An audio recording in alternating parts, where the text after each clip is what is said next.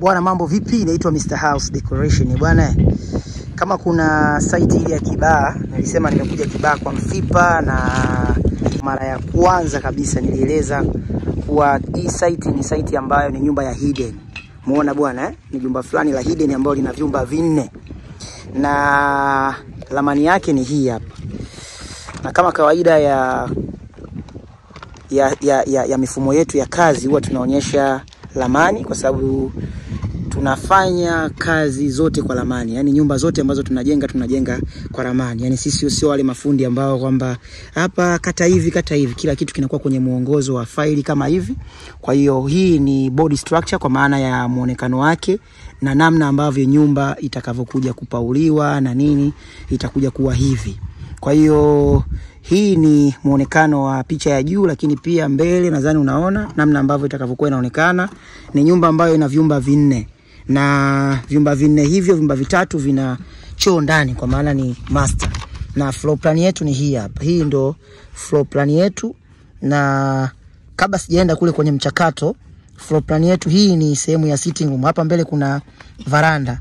Hii ni sitting room.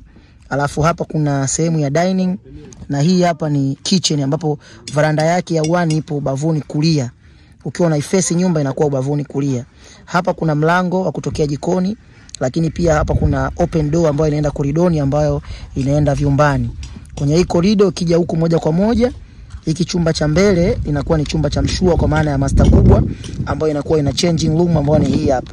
Dressing room yake hii hapa, choo chake hiki huku. Ukirudi huku pia kuna chumba hiki hapa ambacho kinakuwa kina choo chake kipo kwa nyuma huku. Kwa hii ni master ya pili. Ukirudi tena hapa katikati kuna single room. Hii single room ambayo huyu wa hapa anakuja huku. Choo chake kitakuwa hapa, ambayo public toilet ni hii. Ambapo ukija huku nako moja kwa moja kuna single room ambaye na yenyewe choo chake ni hiki. Kwa hiyo huyu na huyu ndo watu ambao wanashare choo kimoja hiki hapa, ambao ni public toilet, iko kwa ndani kidogo kwa hivi. Na ukija kwenye hii kitchen kwa huku kuna store.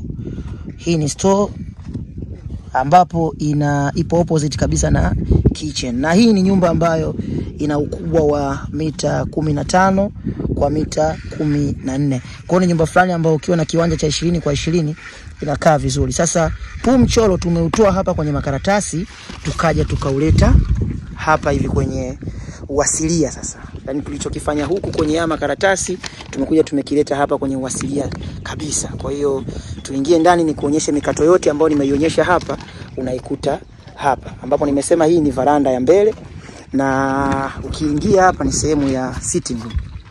Hii hapa ni sitting room. Ni sitting room ambayo ina nafasi ya kutosha sana. Sitting room kubwa, ni standard. Ukija hapa kuna sehemu ya dining nimesema. Hii hapa ni dining. Alafu hapa kuna hilo jiko. Hii ni sehemu ya kitchen, na hapo ni store. Hili eneo hili hapa hili kwenye hichi kichumba hapa ni store. Na ukitoka huku mlango ambao nimesema veranda ya uani iko ubavuni. Hii ndio veranda yenyewe sasa. Na uzuri ni kwamba huyu mteja wangu tumemjengea nyumba ambayo ina msingi mrefu. Yaani hapa nimesimama lakini niko kama kwenye balcony fulani hivi. Naona kule ni kama bondeni. Nitashuka huko chini nitakuonesha misingi yetu na namna ambavyo tunavyozifanya kwenye nyumba hizi za ukanda huu wa Kibaha. Kwa hiyo ukitoka huku jikoni nikasema hapa kuna mlango ambao unaenda koridoni, lakini ukirudi kwa sitting room pia hapa kuna open door ambao ndio hii hapa.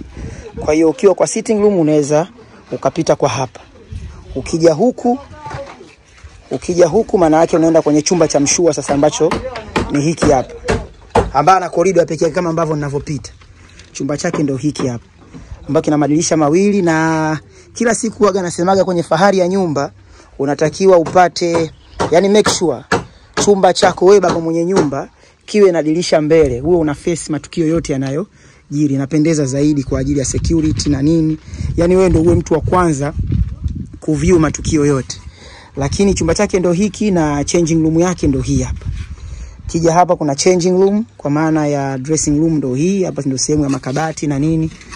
Na huku ndio kuna choo sasa. Hii ndio master yake. Ukitazama pia master yake ni kubwa, lakini hii ndio changing room ambayo ataweka makabati na vitu vingine.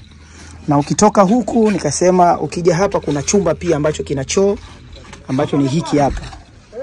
Umeona bwana? Hiki ni chumba na choo chake ni hiki hapa. Choo chake nimechora ramani hii sababu mchoro huu ni wa kwangu mwenyewe, nimechora mwenyewe. Kwa hiyo vioo vyake vinakuwa ni vikubwa. Mimi mara nyingi sana kwenye michoro huaga nazingatia sana vioo.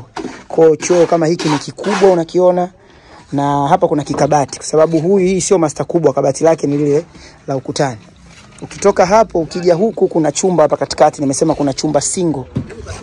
Hiki ni chumba single ambacho ni hiki hapa. Hiki ni chumba single na choo chake. Hii ni master ya 3 na ambacho choo chake kitakuwa kiko pale. Pale kutakuwa kuna choo. Sababu hii nyumba kwenye ramani inaonyesha ina master 2 lakini ilikosewa kidogo kwenye ramani.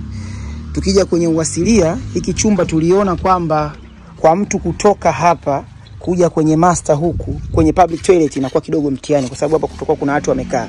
Kwa hiyo ni vyema tukamwekea choo kwa hapa hivi. Kwa hiyo huyu naye anapata choo cha public kwa pale, anapata choo cha master kwa pale, kwa anaachana na kile choo cha public.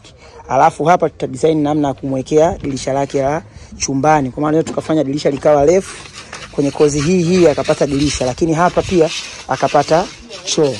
Na ukija huku sasa ndo tunaenda kwenye ile public toilet. Public toilet yetu ni hii hapa.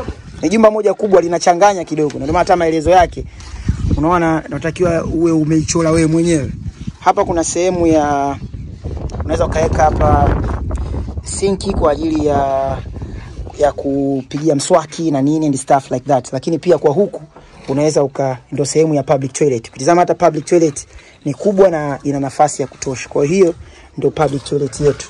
Hiki ni kisehemu ambacho kwa ajili ya sinki na nini, mambo ya kunawa mikono yote yanafanyikia hapa.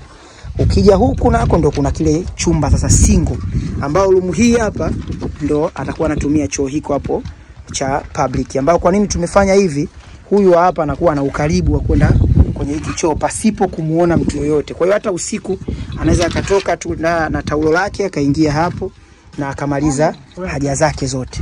Kwa hiyo nyumba yetu kwenye mfumo wa makaratasi tushautoa, tumeuweka kwenye mfumo wa uasilia sasa.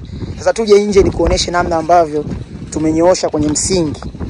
Sababu watu wengi nyumba za kibaa zinawashinda kwenye swala zima la msingi kwa sababu nyingi. Kwa sababu kwanza nyumba za kibaa maramba mawili, kibamba zinakuwa zina slope, zina kichuguu. Yaani nyumba zake zinakuwa upande mmoja unakuwa mrefu, upande mmoja unakuwa mfupi. Na namna ambavyo zinakuwaga hivi. Kwa watu wengi zinawashinda kwenye hizi step za chini kwa maana ya msingi. Unakuta misingi hainyoki, na hata kama ikinyoka unakuta kwenye nyumba haiwezi kudumu kwa sababu nyingi. Kwa sababu kwanza hawana uhakika na wanachokifanya.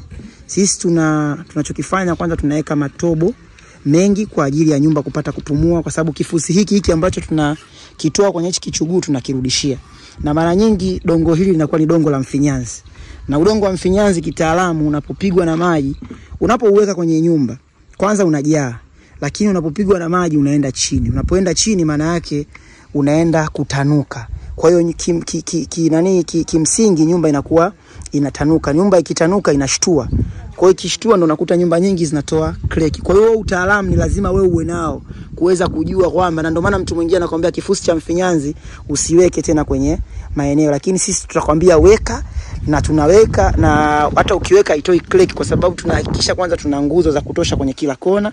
Hiyo ni kitu ambacho kina avoid hizo crack na baadaye nyumba kupata madhara. Lakini pia unatakiwa uweke matobo mengi kwa ajili ya nyumba kupata kupumua vizuri. Kwa hiyo ukiangalia msingi huo una sababu nyingi sana ya kutokutoa crack, lakini pia una ubora wa hali ya juu kwa sababu ya nguzo ambazo tumeziweka. Kwa hiyo msingi wetu ndio huu hapo, na muonekano wetu wa nje wa nyumba ndio kama ambavyo unavyoona.